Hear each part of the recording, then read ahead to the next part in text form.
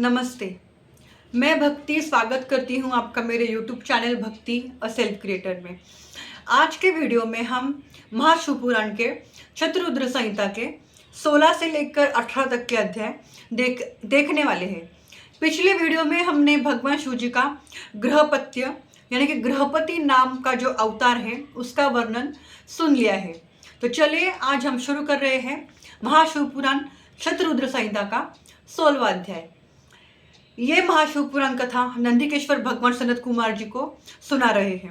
नंदिकेश्वर भगवान सनत कुमार जी से कह रहे हैं कि मैं तुम्हें अभी भगवान शिव जी का यक्षेश्वर अवतार का वर्णन कर रहा हूँ, तुम इसे सावधानी से सुनना।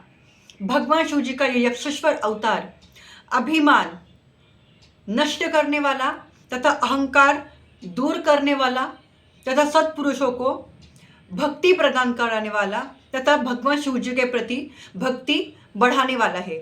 नंदिकेश्वर भगवान सनत कुमार जी से कह रहे हैं कि एक समय देवता और दैत्य समुद्र मंथन कर रहे थे। उनका उद्देश्य अमृत प्राप्ति था।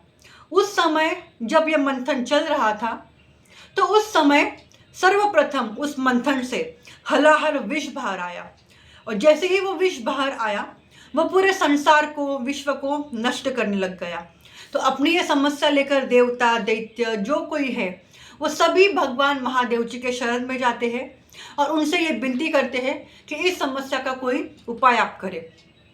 ईश्वर हमारे जो भोलेनाथ हैं वो उस जगह सादर हो जाते हैं जहाँ पर समुद्र मंथन चल रहा होता है, और फिर हमारे भोलेनाथ वो विष ग्रहण कर लेते हैं। वो विष ग्रहण करने की वजह से महादेव जी का जो कंठ है, जो गला है, वो नीला पड़ जाता है। तब से लेकर आज तक भगवान शिव जी नीलकंठ नाम से भी जाने जाते हैं। उसके पश्चात जब भगवान शिव जी ने विष ग्रहण कर लिया, उसके बाद में भी वो समुद्र मंथन चलता ही रहा। उस समुद्र मंथन में से कभी रत्नादि निकले, बहुत सारे इंद्र का हाथी निकला, बहुत सारे जब रत्न उसमें से निकले तो देवता और असुरों ने आपस में वो बांट लिए।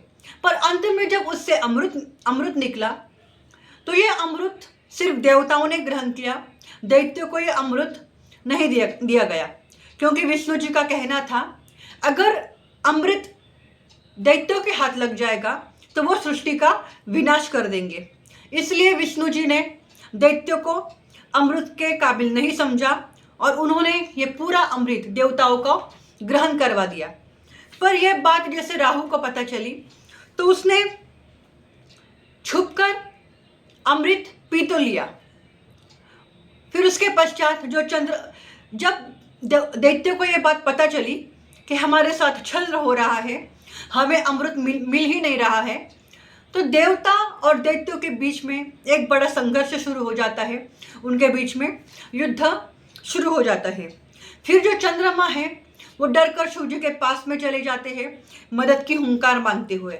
फिर चंद्रमा की मदद करने के लिए, चंद्रमा का डर दूर करने के लिए हमारे महादेव जी चंद्रमा को अपने सिर पर धारण कर लेते हैं, और इस तरह से अपने सिर पर चंद्रमा को धारण करते हुए भगवान शिव जी ने चंद्रमा की रक्षा की है। आगे वर्णन आता है कि जब दैत्यों को अमृत नहीं मिलता है और वो देवताओं से युद्ध करने लग जाते हैं, तो उन दोनों के युद्ध में दैत्य यानी कि असुर पराजित हो जाते हैं, क्योंकि उस समय देवताओं ने अमृत प्राशन कर लिया था, इसलिए देवता हार नहीं रहे थे। इसलिए जब कुछ दैत्य मर गए और कुछ दैत्य देवताओं के डर से भाग गए।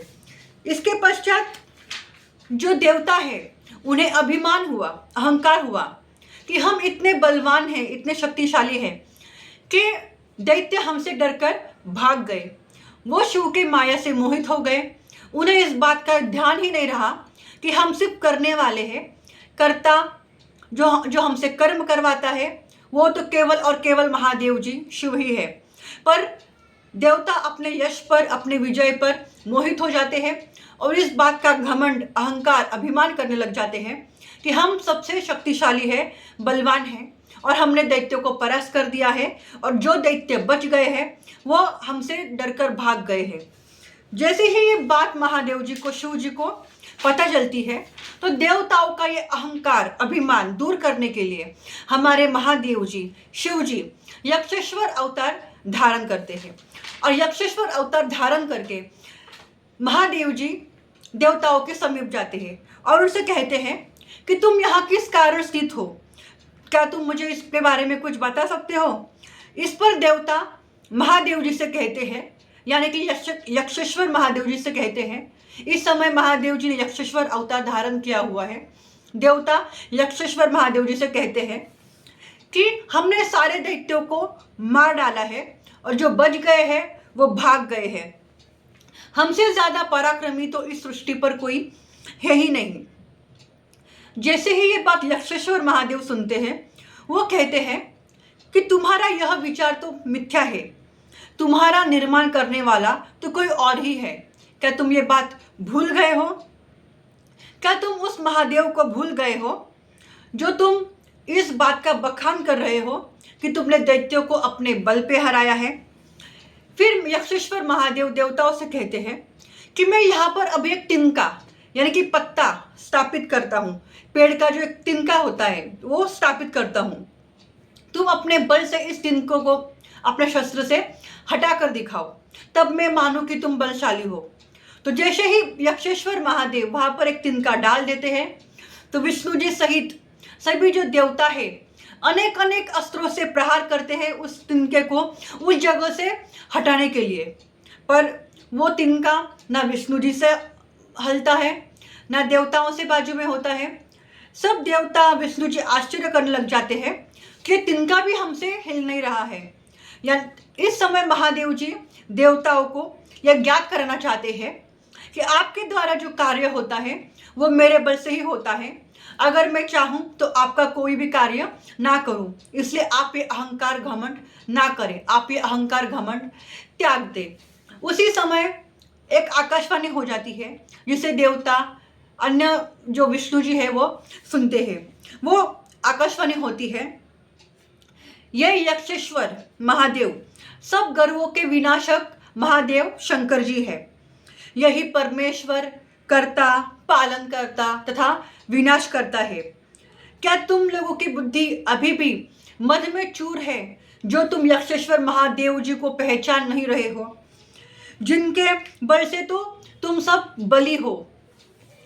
यह तुम्हारे प्रभु शंकर है। जैसे ही ये आकाशवाणी देवता सुनते हैं तो उन्हें बड़ा आश्चर्य होता है, उन्हें अपने भूल पर पछतावा होता है और वो यक्षेश्वर महादेव को प्रणाम करते हैं, नमस्कार करते हैं और उनके पश्चात स्तुति भी करते हैं। फिर जो यक्षनाथ है, यानी कि यक्षेश्वर महादेव है, वो देवताओं को समझाते हैं कि हमें अपने जीवन में कितनी भी बड़ी कामयाबी, विजय मिल भी गया हो तो हमें अहंकार, अभिमान नहीं करना चाहिए, क्योंकि सबका कर्ता, पालन करता केवल और केवल एक शिव ही है। हमें अपना जीवन अहंकार में, अभिमान में नहीं जीना चाहिए। इस प्रसंग से भगवान मनुष्य को ये बता रहे हैं कि हम अपने जीवन के किसी भी सीढ़ी पर जब चढ़ते हैं, कितनी भी कामयाबी पर चलते हैं, तो हमें वो ईश्वर की कृपा हम पर है ऐसा समझकर अपना जीवन व्यतीत करना चाहिए। हमें अभिमानी, घमंडी, अहंकारी बिल्कुल भी नहीं होना चाहिए। जो कुछ भी हो रहा है वो केवल और केवल मेरे कर्तृत्व के वजह से हो रहा है, ऐसा बिल्कुल भी नहीं समझना चाहिए। इस अध्याय से महादेव जी मनुष्य को शायद यही बताना चाह रहे हैं। फिर आगे देवताओं को यह बताकर कि अहंकार, अभिमान को त्याग दो, ऐसा जब महादेव जी, यक्षेश्वर महादेव जी देवताओं को समझाते हैं तो वो अपने स्थान पर पुनः अंतर्धान हो जाते हैं। तो मैंने अभी आप तक ये जो सुनाया है आपको, वो है महादेव जी का यक्षेश्वर अवतार। इस अध्याय के अंत में ऐसा वर्णन किया गया है कि शिव जी का यह निर्मल इतिहास सबका अभिमान नाशक और सज्जनों को शांति देने वाला है। इससे सज्जनों को भुक्ति, मुक्ति प्राप्त होती है और जो बुद्धिमान पुरुष इसको सुनता अथवा सुनाता है उसकी सब कामनाएं पूर्ण होती है। अंत में उसका जब अंतिम समय आता है तो मोक्ष का भी भाग्य होता है। तो अभी हम शुरू कर रहे हैं शत्रुद्र संहिता का 17वां अध्याय। 17वें अध्याय में शिव जी के 10 अवतार बताए गए हैं। जो शिव जी के 10 अवतार हैं वो अपने शक्ति के साथ प्रकट हुए हैं। तो जब मैं आपको भगवान शिव जी के 10 अवतार बताऊंगी तो उसके साथ उनकी शक्ति का भी वर्णन किया जाएगा। यानी कि भगवान शिव जी है, उनकी शक्ति है माता पार्वती। यानी कि जो भगवान शिव जी के 10 अवतार होंगे वो अपनी शक्ति के साथ, यानी कि उनकी अर्धांगिनी के साथ, उनके पत्नी के साथ अभी मैं आपको वर्णन करने वाली हूँ। तो चलिए हम शुरू कर रहे हैं शत्रुद्र संहिता का 17वां अध्याय, जिसमें हम सुनेंगे भगवान शिव जी के 10 अवतार अपने शक्ति के साथ। नंदिकेश्वर भगवान सनत कुमार जी को सुना रहे हैं कि मैं तुम्हें अभी भगवान शिव जी के 10 अवतारों का वर्णन कर रहा हूँ। उनमें से जो पहला अवतार है वो है महाकाल। ये महाकाल अवतार सज्जनों को भुक्ति मुक्ति देने वाला है और उसकी जो शक्ति है, यानी कि उनकी जो अर्धांगिनी है, पत्नी है, वो महाकाली है। ये महाकाली शक्ति भक्तों को सर्वदा इच्छित फल देने वाली है। अभी हम सुन रहे हैं भगवान शिव जी का दूसरा अवतार, जो कि है तारा नामक अवतार। और इस तारा नामक की शक्ति है तारा नामक, जो सेवकों को सदा सुख भुक्ति मुक्ति प्रदान करने वाली है। भगवान शिव जी का जो तीसरा अवतार होता है वो भुवनेश अवतार, और उनके साथ में जो शक्ति है वो है भुवनेशी नामक शक्ति। यानी कि भुवनेश्वर जो महादेव का अवतार है, उनके साथ उनकी पत्नी, उनकी शक्ति भुवनेशी है। फिर भगवान शिव जी का चौथा अवतार है, उसका नाम है षोडश, और उनके साथ उनकी शक्ति षोडशी शक्ति है, जो भक्तों को सुख और मुक्ति देने वाली है। भगवान शिव जी का 5वां अवतार है भैरव, और इनकी जो शक्ति है वो भैरवी नामक शक्ति है, जो उपासकों की सारी कामनाएं पूर्ण करने वाली है। भगवान शिव जी का 6वां अवतार है छिन्न मस्तक, और इन छिन्न मस्तक महादेव की शक्ति है छिन्न मस्तिका गिरजा माता। ये शक्ति भक्तों के सभी मनोरथ पूर्ण करती है। फिर 7वां महादेव जी का अवतार है धूम्रवान। इन धूम्रवान शंभु का अवतार है, और उनकी शक्ति जो है वो धूम्रवती नाम से है। यह शक्ति सज्जनों को, उपासकों को फल देने वाली है। 8वां जो भगवान शिव जी का अवतार है वो है बगलामुख, और इस सुखदायक बगलामुख भगवान शंभु के साथ उनकी आनंददायी सुखदायी शक्ति है बगलामुखी माता। फिर भगवान शिव जी का 9वां अवतार होता है, जिसका नाम है मातंग। यानी कि भगवान शिव जी ने 9वां अवतार मातंग नाम से लिया है, और उनकी जो शक्ति है वो है कमला नामक शक्ति है, जो भक्तों का पालन पोषण करती है। अभी हमने जो सुन लिए हैं वो है भगवान शिव जी के 1 से 10 तक के अध्याय। और यह जो भगवान शिव जी के 10 अवतार है वो सज्जनों को सर्वदा सुखदायक भुक्ति मुक्तिदायक है। भगवान शिव जी के ये 10 अवतार तंत्र शास्त्र से संबंधित है, और इनकी शक्तियों का अद्भुत महिमा है। यह शक्तियाँ शत्रु के मारण आदि कार्यों में अधिक प्रयुक्त होती है, तथा यह दुष्टों को नित्य दंड देने वाली और ब्रह्म तेज को बढ़ाने वाली है। इस प्रकार भगवान शिव जी के इन 10 अवतारों को नंदिकेश्वर भगवान जी ने सनत कुमार जी को सुनाया है। यानी कि अगर हम संक्षिप्त में जाने तो पहला अवतार है महाकाल, उनके साथ है महाकाली। दूसरा अवतार है तारा, उनके साथ तारा नामक ही शक्ति है। तीसरा अवतार है भुवनेश, उनके साथ शक्ति है भुवनेशी। चौथा अवतार है भगवान जी का षोडश, उनके साथ शक्ति है षोडशी। भगवान शिव जी का 5वां अवतार है भैरव, उनके साथ शक्ति है भैरवी। भगवान शिव जी का 6वां अवतार है छिन्न मस्तक, उनके साथ उनकी शक्ति है छिन्न मस्तका गिरजा माता देवी। फिर भगवान शिव जी का 7वां अवतार है धूम्रवान, उनके साथ शक्ति है धूम्रवती। फिर भगवान शिव जी का 8वां अवतार है बगलामुख, उनके साथ उनकी शक्ति है बगलामुखी। फिर भगवान शिव जी का 9वां अवतार है मातंग, उनकी शक्ति है मातंगी। और फिर भगवान शिव जी का 10वां अवतार है कमल और उनकी शक्ति है कमला। इस तरह मैंने आपको अंत में जो ये भगवान शिव जी के संक्षिप्त में 10 अवतार बताए हैं, ये 10 महादेव जी अपने शक्ति के साथ प्रकट हुए हैं। उन्होंने ये सब अवतार अपने शक्ति के साथ लिए हुए हैं।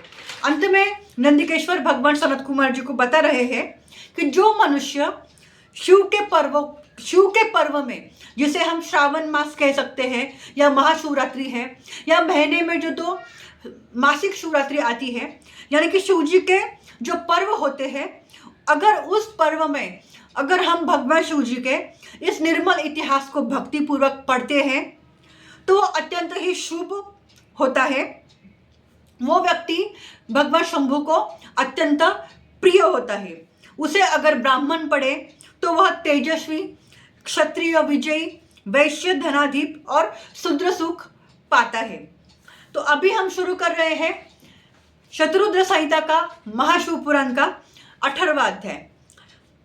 18वें अध्याय में भगवान नंदिकेश्वर जी सनत कुमार जी को यह सुना रहे हैं कि मैंने तुम्हें अभी भगवान शिव जी के 11 अवतारों का वर्णन, 10 अवतारों का वर्णन कर दिया है।